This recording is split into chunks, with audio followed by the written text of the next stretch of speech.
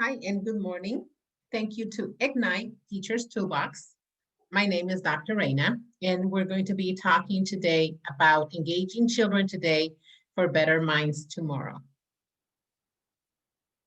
So why is Ignite important to our teaching profession?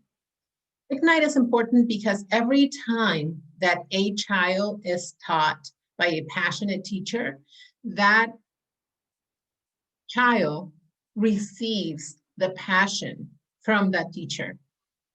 If you remember, if you think of a time when you think of a teacher that made a difference in your life, it's usually a teacher that was passionate about teaching, a teacher that came and showed its attention, its time, and you capture every single word that this person and this teacher taught you. And so that's why Ignite, it's important. And so I have a question for you. So why do you think you lost your passion? And if you can, put it in the comments so that I can see. If you are watching the replay, make sure you put your comments in there too. Why do you think you lost your passion? And why is it important that you regain it from your perspective, not from the perspective of the student? Because we understand that from the perspective of the student, we want every student to have the best possible teacher, a passionate teacher, a teacher that is giving its all and it's working for its passion, not necessarily for the pay, not necessarily for the time, but it's working passionately, teaching. So I want you to close your eyes and take a moment. I am going to help you remember why you decided to be a teacher. Okay, so with your eyes closed, I want you to remember that day, the day that you said to yourself, I am going to be a teacher. I am going to be an educator. And if you are not a teacher or an educator, you can still use this exercise to find out what you're passionate about. So as you're thinking, remember, where were you? What were you doing? Were you at school? Were you a child? Were you at your home reading a book? Were you watching a movie? And who was there with you when you made that decision? Did you share with them? And what were they saying back at you? Were they saying, you're crazy? Or were they encouraging you and telling you, yes, yes, you are absolutely right. You can be the best possible teacher ever. And you had that conviction in you. So what were people saying? If you want to share with me, type it in the chat box. If you're watching the replay, type it in there as well. And so why you made that decision to become a teacher? Now that you have thought about that, and now that you have remembered why you wanted to be a teacher, type it in there and say why. What made you make that decision? So type it in there. Share with everybody, share with the world why you wanted to be a teacher. Um, and you will see that others share with us so we all can learn. Okay, so I want you to type in the chat box, or if you have a person next to you, and tell that teacher, I am the best teacher this school has. Say it with conviction. Say it, type it with conviction, but say it to someone. Okay, with that, I am going to tell you a story. Once upon a time, there was a new teacher, a brand new teacher. This teacher had her or his heart filled with emotions. And it was going to be the first day of school. It was going to be the very first day that this teacher was going to go to the classroom. And so the teacher was driving to school and he was excited because it was going to be the first day of class. And so I want you to think of that moment because this is exactly what virtual learning is. This is our first time that we have encountered this. This is the first experience that we are learning how to be teachers in a virtual environment. Okay. So, how did you feel that very first day? How did you feel the very first time you were waiting by the door to open so your students can come in? How do you feel the very first time that you connected with a student? I know that it doesn't take much for you to remember because you know, and you remember exactly the same time. The very first time that a student call you teacher. Share in the chat box or share with a person that is right next to you. I'm going to give you a moment. Thank you for sharing. I really appreciate it. I get ignited by your passion. My passion is to ignite the passion in other teachers. And by you sharing with me, I receive that passion. I receive that ignite. Okay, so I am going to ask you again to tell the person that it's next to you, if you have someone, or put it in the chat box with conviction. You are the best teacher this school has. You are the best teacher this group has. And I'm telling you, and I believe it, you are. Okay, so why is it important that we as teachers ignite our passion? We already know, because we need to enhance the message to improve our children in the virtual classroom. We need to make every virtual classroom interactive, compelling, and productive. And that's what Ignite is here. We are here to help you with that. We are here to create an environment where all of you can come and share your ideas, your successes, what's working, what's not working, so that we all collectively can provide a better education for all of our children. So we're going to start with, now that you have remembered what is your passion and that you are passionate about teaching, we're going to start by defining what is the student engagement. That is something that you know, that you've known since you decided to become a teacher. And it's not something that I'm going to teach you. I am not here to teach you classroom management skills. I am here simply to help you ignite and to share with you ideas that other teachers have shared with us and that we are sharing with you. So student engagement in education refers to the degree of attention, interest, optimism, and passion that students show when they are being taught by you, the teacher. There are 5 levels of engagement.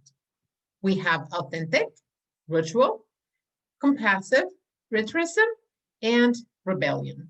At this time, the majority of our teachers are reporting that their classroom is not engaged, that their students are not participating, that their students are blocking the camera, they're not communicating, they're not participating. And that's not what we want. We want our classrooms to be interactive. We want our classrooms to be engaged. We want all of our students to be participating.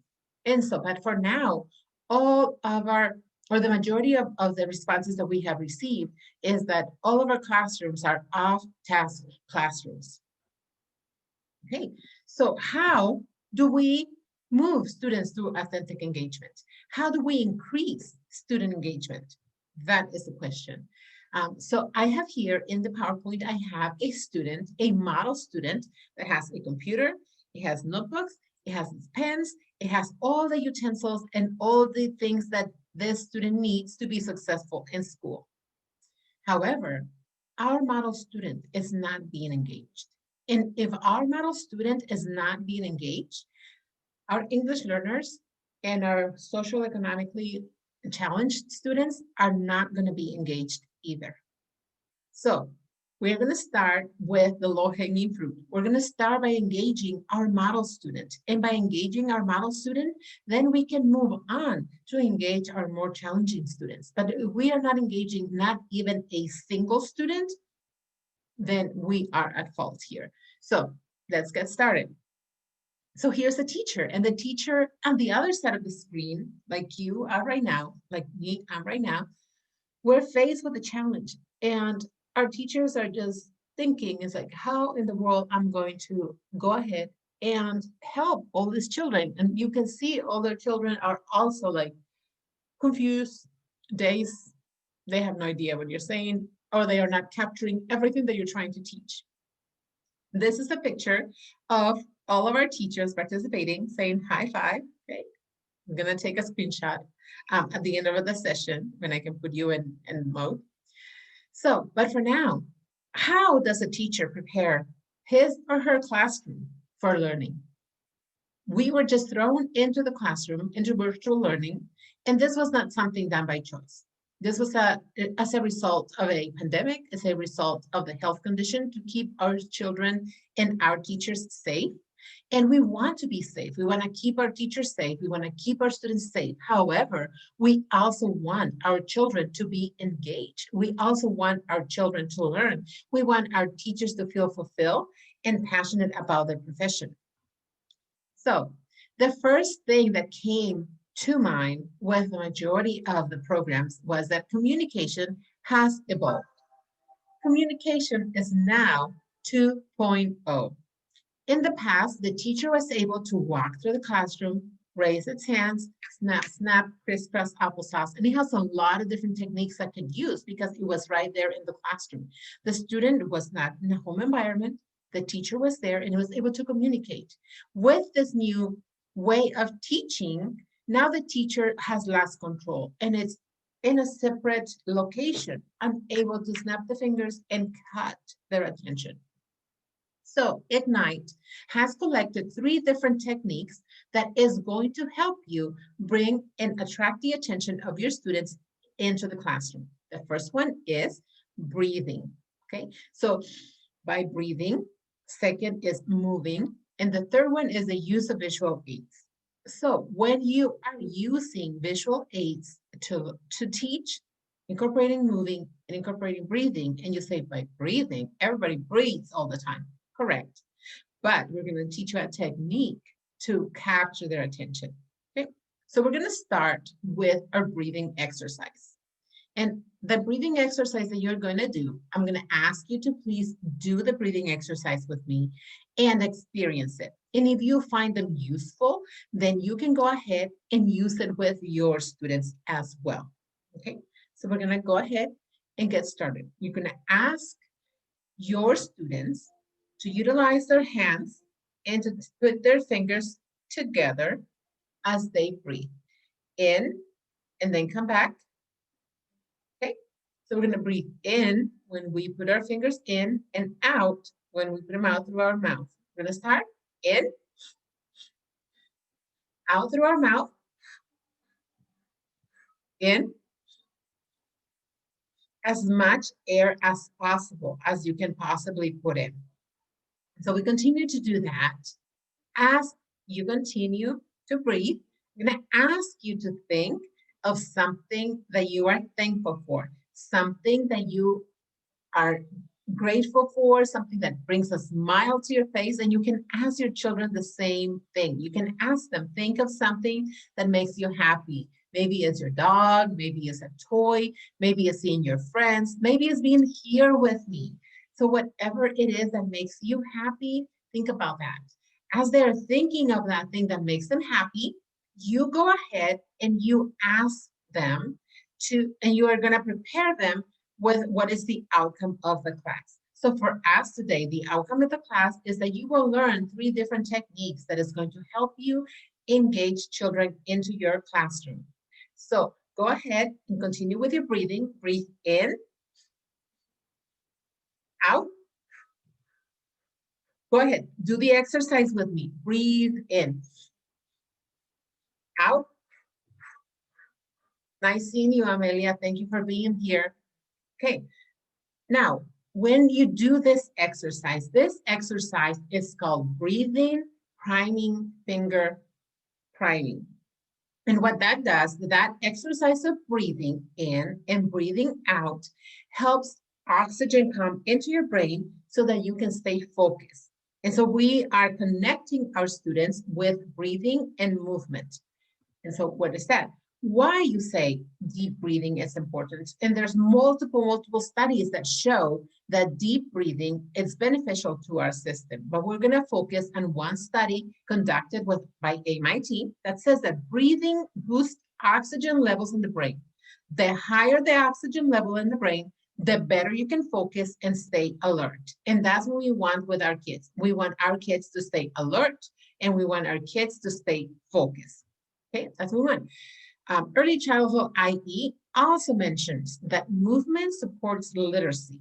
So we want our children to move, and how we're going to get them to move calmly so they're ready for the classroom is by using the breathing exercise. So children need movement to develop balance, and that's what we are providing to them in the beginning. Another thing that it's shown here in the PowerPoint that it's attached is the use of hand signals. A lot of teachers have shared that the use of hand signals has helped them when using Zoom so that they are able to use signals. So for example, this one would be help. This one, it's yes. Of course, you know, yes and no, right? We all are universal signals that we can use. And so a lot of teachers have used that because movement is also interactive. Okay, so we're going to move on to our next one, which is the use of visual aids and still with movement. So the majority of our students are constantly on their phone and are constantly listening to music. If you see, all of our students have their headphones on their ear, and you can see what are they doing? They're working with you, they're talking with you, and at the same time, they're listening to music, right? So when they're listening to music, that's the way that our students are learning. So why not incorporate the music that they have into the classroom, into the learning? Okay, so here is the two ideas that we have come up with. Set up an alarm in your phone that you are going to play throughout the day, throughout the course of your classroom. And each time that a music sounds, you're going to ask your students to stand up. So I am going to ask you to play full out. Okay, so you're working and you're studying and you're showing your class, and then the music comes up. And when the music comes up, you're going to ask them, when you hear this music, you're going to do some jumping jacks, and they're going to be doing jumping jacks. Or you're going to touch your toes, and you're going to ask them for them to touch their toes. You're going to ask them to run in place. And so you are going to show them how to run in place. So, or to clap, or to snap, whatever movement you want them to do, they're going to do when the sound of the music starts. So here it is. So I'm going to ask you, let's move. Move your hands, right? So it's that little break in between. When the other one sounds, I'm going to stop the music. Okay. So, and this is the result that you get. You get the engagement. They want the music, they want to listen. So that's the engagement that you want. You want your students to hear the music and to get up and start doing the movement. In the PowerPoint that is attached, you can see the faces of all the different children and how they are moving. One of the children in there has a whole family and they're moving with it. Another one has a dad that is sitting in the corner. It doesn't matter that the dad is sitting in the corner, the child is engaged with you. The child is moving with you. And what does that? That brings the child back to you. The music stops. I say, okay, let's get back to class. You continue teaching, but you brought it back. A lot of the problems and what happens is that our children lose focus. They block the camera from you, so you can't see them. They put you on mute, so they can't hear you. So how are you to bring them back? With music, you are able to bring them back because they want to participate. And that is not something new. You know that students require movement. You have asked in the classroom for stand-up desks, so they're standing. You ask them to bring the work to the front of the classroom so that they can move. You ask them to raise their hand so that they can move. You ask them to show their work. You ask them to make a line. Those are movements that these children in the virtual learning are not doing. And so that's why exercise and music is so important for them. Okay, so provide frequent and effective feedback. How are you going to give feedback if you are not able to see them? When you are asking them to move and when you are asking them to engage in the music that you are playing, you are asking them not only to hear what you have to say, you're asking them to see you. You're asking them, come and show me your moves, right? And so then that's when you are not only engaging with them visually, but audibly, you're listening to them and they are moving. And so then you have three of their senses connected with you. And that's what we want. Okay. So the other point that a lot of our teachers said when using a virtual a screen was the use of visual aids. Some of the examples that our teachers wanted to use, they said, okay, I want to use an emoji. I want to use the screen, and I don't know if you can see this, but that's an emoji. I have an emoji that it's a heart. And yes, those are fine and dandy, definitely. But there was a challenge. How does a teacher send all these emojis to its students? A lot of the parents are not coming to the school to even pick up the textbooks. So how are we going to do that? So one of the things that we suggested is that you ask your student, go and find something red and something green in your house. Okay, so I'm going to give you that task. Take a minute, go find something red and something green. Doesn't matter what it is, and bring it back here. I'm going to go and do that too. Okay, so I prepare. So I have here, I have a marker that is red, a marker that is green. Okay, I also have a phone case that is green, and I have a pen that is red. So you can find anything. Just look around your house, and I assure you, you will find something green and something red. So why is that, you say?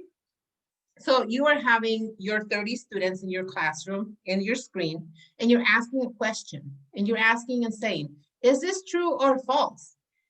Red is universal, read for false, right? So when you have all your students, like right there on the screen, you're asking them, answer true or false. You see them, all of them answer. You don't have to know their names or see their names in the chat. They don't have to answer in the chat. They just have to raise their hand. You will maximize your time. You said, okay, is this true or false? They said, all of it is true. You see their answer, yes or no. Yes, no. So this will maximize your time when your students need to answer those questions. Okay, so this is a simple way. You don't need to send emojis to them. You don't need to make them and mail it. You don't have their mailing address. You don't know if once they get to them, if they have 5 different siblings, their siblings are going to tear them apart. They're going to destroy them.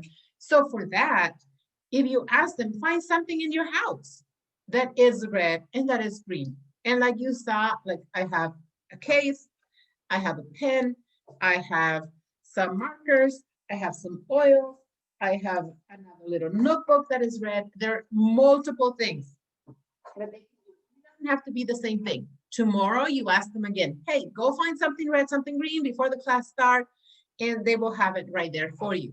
So that's a simple idea to engage. Another thing that our upper grade students mention is, especially our junior high and high school students, when they go to school to socialize. Of course, they go to school to learn too, but mainly they go to school because they want to see their friends, they want to see their classmates, they want to make connections, okay?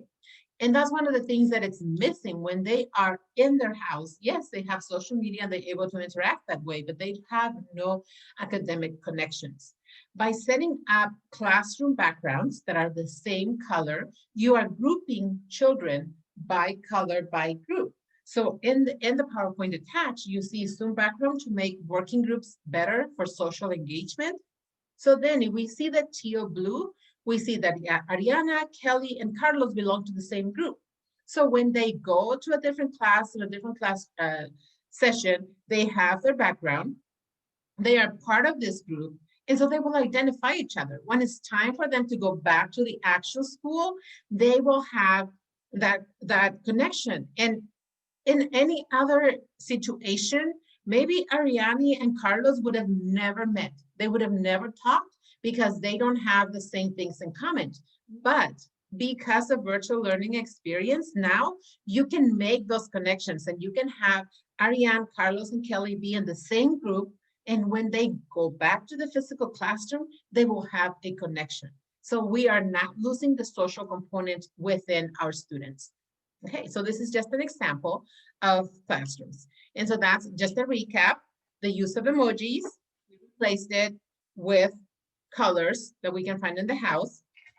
The focus we use by our breathing exercises that we can do by moving our hands, breathing in and breathing out for 10 times, asking them to think of something that makes them happy, something that it's going to engage them, and then give them clear directions and clear outcomes on what's going to happen in that class.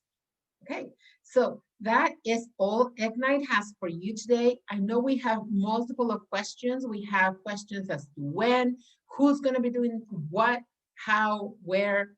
All of those are questions that Ignite has decided to create a group so that all of you, all of our educators are able to participate, to come and share.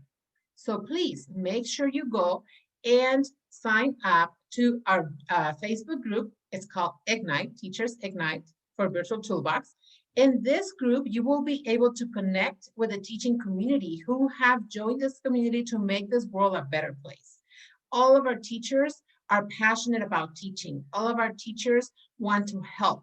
And how can we help each other? By staying connected, by forming a community. In this group, you will receive feedback, support, and guidance. And most importantly, you will be able to help other struggling teachers.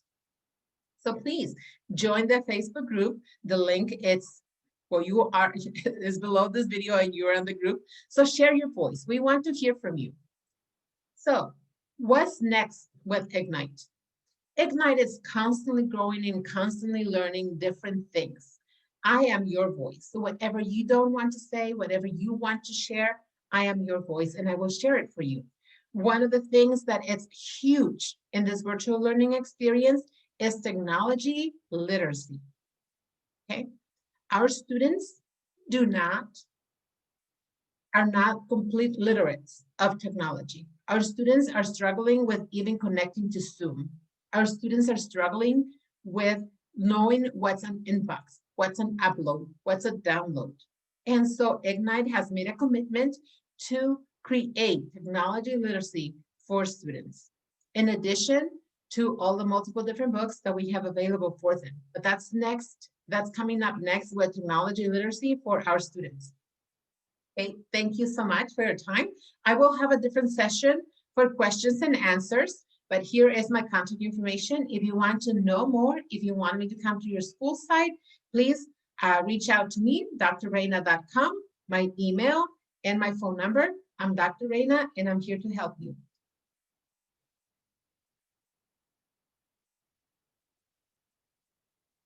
Okay, so thank you so much. I thank you in name of all of our children. Like I said, if you want to reach out, if you want to learn more about me, if you want me to go to your school site, I have multiple different resources available for teachers. And as I mentioned, I am your voice. Whatever you want me to share, I will share. Reach out to me, drreyna.com, and I would love to go and serve you. Thank you so much for your time.